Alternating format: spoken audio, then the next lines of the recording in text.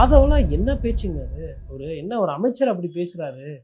நல்ல வேளை பேரவைத் தலைவர் அதை அவை குறிப்பிலேருந்து நீக்கிட்டாரு.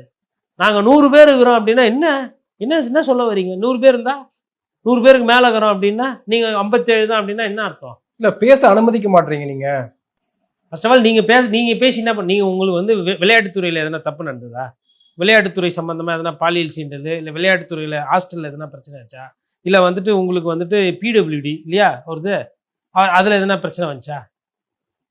அவர் துறையில் எதனா வந்ததா? ஹைவேஸு போர்ட்டு அது மாதிரி எதனா வந்ததா? அவர் இன்வால்வ் ஆகி இன்ஃப்ராஸ்ட்ரக்சரில் பேசுறதுக்கு அவருக்கும் அந்த துறைக்கும் சம்மந்தமே இல்லை.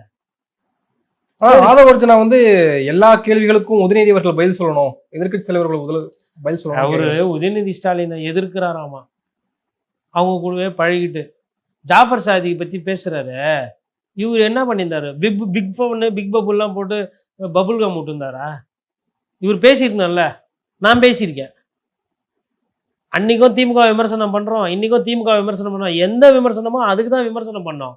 சும்மா திமுகன்னு சொல்லிட்டு ஏமாற்றக்கூடாது, சப்பக்கட்டு கட்டக்கூடாது. எது திமுக கோயம்புத்தூரில் ஏன்பா நடந்துக்குதுன்னா திமுக பேர் என்ன? இப்போ 2021 2025 நடந்த கேஸ் எல்லாம் நீங்கள் பிரச்சாரம் பண்ணீங்க தானே? அதெல்லாம் மக்கள்கிட்ட சொல்லி தானே ஓட்டு கேட்டீங்க. சரி, அட்லீஸ்ட் விஜய் சாராச்சும் ஊராக போல, மற்றவங்கெல்லாம் பேசுனீங்க தானே? ஊடகத்தில் பேசுனீங்க, விவாதத்தில் பேசுனீங்க, பிரச்சாரத்தில் பேசுனீங்க, மக்கள் ஓட்டு போட்டாங்களா? முடிஞ்சு போச்சு இல்லை? இப்போ நடக்கிற கொலையை பற்றி கேட்டால் 2021 2030 2023 2022 என்னது இது? இது கேட்ட கேள்விக்கு பதில் அதான் கரெக்டாக. கடைசியாக என்ன சொன்னார்? ஏஞ்சி 2 பேர் சீனியர் மோஸ்ட்டு, ஒன்று ஈவாவேலு, கேட்ட கேள்விக்கு பதில் சொல்லாமல் வேறு ஏதோ சொல்கிறீங்க, நாங்கள் வெளிநடப்பு பண்ணுறோன்னு போயிட்டாரு.